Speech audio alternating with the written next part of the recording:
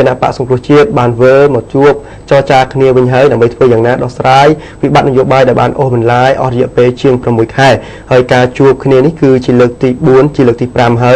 យសង្ឃឹមថានឹងមានដំណោះស្រាយផ្សេងៗហើយនៅព្រឹកមិញនេះគឺជួបគ្នានៅឯព្រឹទ្ធសភាអស់រយៈពេលជាង2ម៉ោងកន្លះឯណោះហើយកិច្ចចរចានេះក៏មានកិច្ចព្រមព្រៀងមួយចំនួនផងដែរគឺមានការចរចាគ្នារហូតទៅបាន3ចំណុចឯណោះបើយើងឃើញថាចំនួនរយៈពេលជាង2ម៉ោងកន្លះរវាងក្រុមការងារគណៈបកប្រជាជនកម្ពុជានិងគណៈបកសង្គ្រោះជាតិនៅឯវិមានព្រឹទ្ធសភាបានបញ្ចប់ហើយនៅថ្ងៃត្រង់មិញនេះហើយភាគីទាំងពីរបានព្រមព្រៀងគ្នាទៅលើ3ចំណុចសំខាន់ទី1គឺស្នើបង្កើតគណៈកម្មាធិការចម្រុះមួយដោយមានសមាជិកភាពស្មើគ្នាពីគណៈបកដែលមានអាសនៈនៅក្នុងរដ្ឋសភាដើម្បីសិក្សានិងរៀបចំក្របខ័ណ្ឌកំណែទម្រង់ការបោះឆ្នោតនាពេលខាងមុខស្របតាមគោលការណ៍នៃលទ្ធិប្រជាធិបតេយ្យនិងនីតិរដ្ឋសម្ដៅធានាឲ្យបានការបោះឆ្នោតប្រតិបត្តិដោយសេរីត្រឹមត្រូវនិងយុត្តិធម៌ទី2គឺដើម្បីរៀបចំក្របខ័ណ្ឌកំណែទម្រង់ការបោះឆ្នោតគណៈកម្មាធិការចម្រុះត្រូវរៀបចំឲ្យមានសិក្ខាសាលាជាតិមួយដើម្បីបើកទូលាយឲ្យមានការចូលរួមយោបល់និងអនុសាសន៍នានាពីសំណាក់មហាជនជាតិនិងអន្តរជាតិនិងដៃគូអភិវឌ្ឍន៍និងគណៈបកនយោបាយដែលបានចុះបញ្ជីសង្គមស៊ីវិលដែលមានជំនាញលើការបោះឆ្នោតព្រមទាំងតួអង្គពាក់ព័ន្ធផ្សេងទៀតទន្ទឹមនឹងនេះត្រូវតែបង្កលក្ខណៈមានការចូលរួមពីប្រជាពលរដ្ឋក្នុងការផ្ដល់មតិយោបល់សម្រាប់កំណែទម្រង់បោះឆ្នោតតាមរយៈវេទិកាសាធារណៈ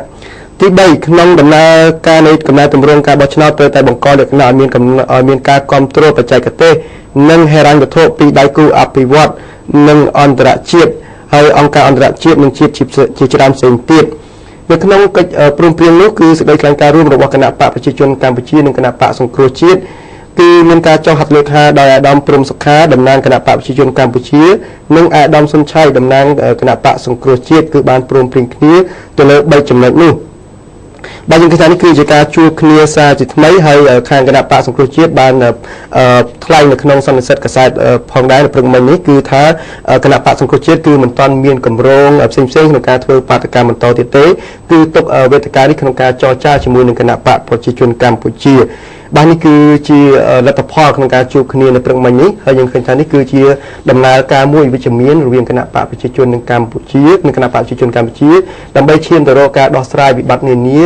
ជុំវិញនឹងការបោះឆ្នោតនោះហើយយើងឃើញថាប្រជាពលរដ្ឋក៏ដូចជាភ្ញៀវអន្តរជាតិក៏ដូចជាអ្នកសហគមន៍អន្តរជាតិដែលផ្ដល់ជំនួយក៏ទាមទារឲ្យមានការដោះស្រាយដោយសន្តិវិធីផងដែរ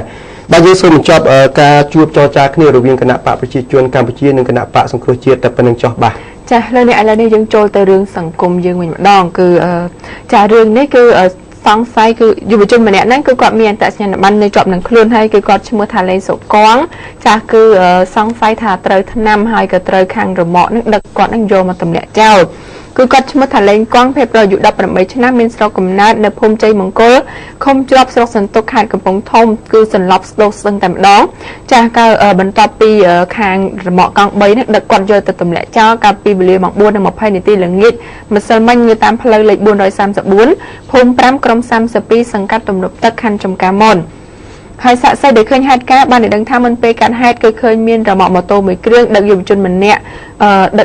ដឹកគាត់ម្នាក់ហ្នឹងហើយមិនដឹងថាដឹកមកពីណាទេហើយមកដល់ចំណុចខាងលើហ្នឹងគឺឃើញឈប់ហើយលោកហៅប៉ៅចាលោកស្ទីបហៅប៉ៅដូចជារកអ្វីចឹងក៏ប៉ុន្តែអត់មានអ្នកចាប់អារម្មណ៍ហើយរហូតដល់រមាក់ម៉ូតូហ្នឹងបើកចេញទៅបាត់ស្រាប់តែឃើញយុវជនខាងលើហ្នឹងដេកសន្លប់ស្ដោកស្ដឹងនៅតាមចិញ្ចើមផ្លូវតែម្នាក់ឯងហើយមិនដឹងថាស្រវឹងខ្លាំងពេកឬក៏ត្រូវថ្នាំសណ្ដាំទេទើបធ្វើឲ្យប្រជាពលរដ្ឋផ្អើលឆោឡោស្មានតែស្លាប់បាត់ទៅហើយនៅក៏បានតែទំនប់ទឹកបានចូលទៅដល់កន្លែងកើតហេតុហើយក៏បានទូរស័ព្ទហើយរថយន្តសង្គ្រោះរបស់មន្ទីរពេទ្យមិត្តភាពខ្មែរសូវៀតទៅដល់ចាក្រុមសង្គ្រោះប្រាប់ថាមិនទាន់ស្លាប់ទេក៏ប៉ុន្តែក្រុមសង្គ្រោះបានប្រាប់ថាដោយសារតែជនរងគ្រោះនឹងមិនដឹងជាសន្លប់ដោយសារមូលហេតុអ្វីហើយអត់មានសាច់ញាតិទៀតក៏ហើយប្រធានមន្ទីរពេទ្យនឹងមិនអនុញ្ញាតឲ្យដឹកយកទៅព្យាបាលទេហើយពេលលើកបែបនេះប្រជាពលរដ្ឋក៏បានសួរថាចុះបើមន្ទីរពេទ្យរដ្ឋអត់ដឹកយកអ្នកជំងឺទៅព្យាបាលតើទុកឲ្យពេទ្យខាងណាជាអ្នកដឹកទៅវិញហើយបើចាំតែសាច់ញាតិទៅដឹកនោះទុកឲ្យអ្នកចាំនិយាយថាអ្នកដែលអត់សាច់ញាតិនឹងដេកស្លាប់នៅចិញ្ចើមផ្លូវនឹងឬក៏យ៉ាងណាចានេះគឺខាងប្រជាពលរដ្ឋគាត់សួរមកអញ្ចឹងចាហើយដោយសារតែមានការជំរុញពីប្រជាពលរដ្ឋខាងក្រមសង្គ្រោះក៏បានដឹកយកទៅព្យាបាលនៅមន្ទីរពេទ្យ មិត្តភាពខ្មែរសូវៀតចានេះគឺជារឿងមួយដែលដឹកគ្នាយកទៅទម្លាក់ចោលហើយអត់ដឹងថាត្រូវឆ្នាំឬយ៉ាងណាទេលោកអ្នកនេះគឺសន្លប់ស្ដុកដឹងទៅហើយមួយទៀតនៅខាងប្រជាពលរដ្ឋគឺគាត់ពីវនាវដែរចាតកតងបញ្ហាហ្នឹងគឺសង្គ្រោះមនុស្សសិនទៅចាបាទបន្តទៀតលោកអ្នកឥឡូវនេះគឺយើងបញ្ចប់រឿងនឹងចាស់ហើយយើងបន្តទៅរឿងជាបន្តទៅទៀតគឺនគរបាលប៉ុស្តិ៍ផ្សារដើមថ្កូវចាព័ត៌មាននេះគឺតកតងទៅនឹងការបង្ក្រាបគ្រឿងញៀនចាខាងផ្សារដើមថ្កូវនេះគឺគាត់ខកខ្លួនជនជួញដូរគ្រឿងញៀននឹងដែលរួមមានជាមួយនឹងចាគឺគាត់បានម្នាក់ហើយនឹងថ្នាំនឹង25កញ្ចប់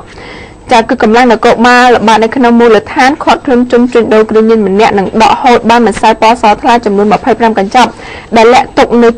ចិត្តកំពតផ្កាដាក់ក្នុងប្រអប់ស្រោមអនាម័យនៅមុខផ្ទះគ្មានលេខច្រកចូលដង្ហើមក្រៅក្រុមហ៊ុន013ខ្ជូបតាមមហាវិថីព្រះមនីវង្សក្រុម32ភូមិ5សង្កាត់ផ្សារដើមថ្កូវខណ្ឌចំការមុនហើយនគរបាលផ្សារដើមថ្កូវគឺបានឲ្យដឹងថាគណៈកម្លាំងនគរបាល6នាក់កំពុងតែល្បាតនៅក្នុងមូលដ្ឋានបានមកដល់ចំណុចខាងលើស្រាប់តែប្រទះឃើញជនសង្ស័យឈ្មោះថាហេងតារាភេទប្រុសអាយុ17ឆ្នាំមានទីលំនៅនៅផ្ទះលេខ101ក្រុម31ភូមិ5សង្កាត់ផ្សារដើមថ្កូវខណ្ឌចំការមុនកំពុងតែធ្វើសកម្មភាពចែកចាយថ្នាំញៀនតាមរូបភាពថ្មី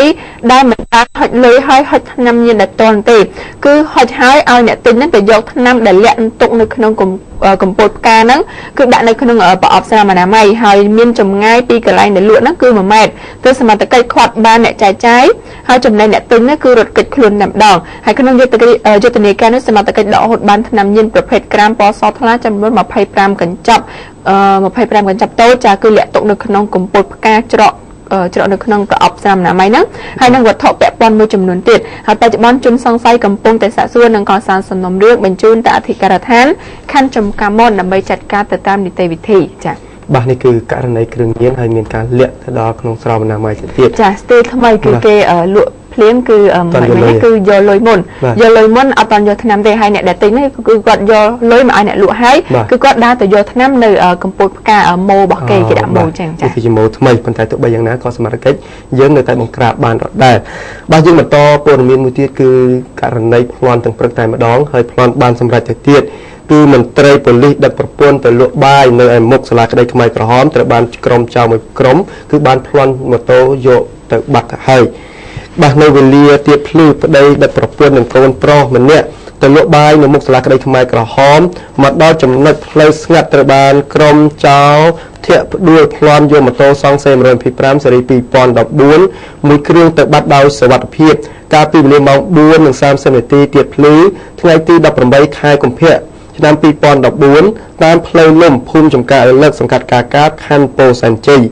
ជនរងគ្រោះដែលត្រូវបានចោទប្លន់យកម៉ូតូឈ្មោះថាសាមសុំភេទប្រុសអាយុ42ឆ្នាំមុខរបរជាមន្ត្រីប៉ូលីសដឹកប្រពន្ធឈ្មោះកៅសារឿនអាយុ42ឆ្នាំមុខរបរលក់បាយនៅមុខសាលាក្តីខ្មែរក្រហមនិងកូនប្រុសឈ្មោះថាសំបុតអាយុ16ឆ្នាំជាសិស្សស្នាក់នៅភូមិស្វាយជ័យសង្កាត់កាកាបខណ្ឌពោធិ៍សែនជ័យប្រពន្ធព័ត៌មានពីជនរងគ្រោះបាននិយាយប្រាប់សមត្ថកិច្ចថានៅមុនពេលកើតហេតុរូបគាត់ទាំង3នាក់ប្រពន្ធនិងកូនបានជិះម៉ូតូមួយគ្រឿងម៉ាកសង់សេ125ស៊េរី2014ពណ៌ខ្មៅពាក់ស្លាកលេខភ្នំពេញ1CJ 2545ដុកគ្នាចេញពីផ្ទះក្នុងទិសដៅពីជើងទៅត្បូងក្នុងគោលបំណងដឹកប្រពន្ធទៅកន្លែងលក់បាយនៅមុខសាលាក្តីខ្មែរក្រហមគណៈចេញនៅពីផ្ទះបន្តិចស្រាប់តែមានក្រុមចៅ2នាក់ជិះម៉ូតូមិនចាំម៉ាកជិះតាមពីក្រោយម៉ូតូរបស់គាត់ជាប់រហូតទោះបីជាគាត់ឈប់ចាក់សាំងដល់តាមផ្លូវក៏ចៅនោះបន្ថយល្បឿនចាំដែរធ្វើឲ្យគាត់សង្ស័យពេលចេញពីចាក់សាំងរួចគាត់ក៏ខំប្រឹងបន្ថែមល្បឿនចៅជិះតាមពីក្រោយលឿនដែរលុះដល់ចំណុចកាត់ហេតុខាងលើជាផ្លូវស្ងាត់ស្រាប់តែក្រុមចៅទាំងពីរនាក់បានជិះម៉ូតូធាក់ផ្ដួលម៉ូតូរបស់គាត់បណ្ដាលឲ្យរយៈដៃរយជើងរួមរបួសធ្ងន់ទាំង3នាក់ក្នុងនោះកូនប្រុសម្នាក់បានបាក់ដៃខាងឆ្វេងចំណែកឯក្រុមចៅដោយសារតែជិះម៉ូតូលឿនពេកបានជ្រុលទៅមុខបន្តិចទៅត្រឡប់បាត់មកក្រោយវិញទៅឃើញជនរងគ្រោះបានដកសោម៉ូតូ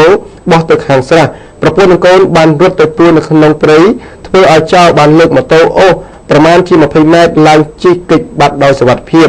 នៅព្រឹកថ្ងៃទី18ខែកុម្ភៈបរិសុទ្ធជាម្ចាស់ម៉ូតូទាំងទឹកមុខ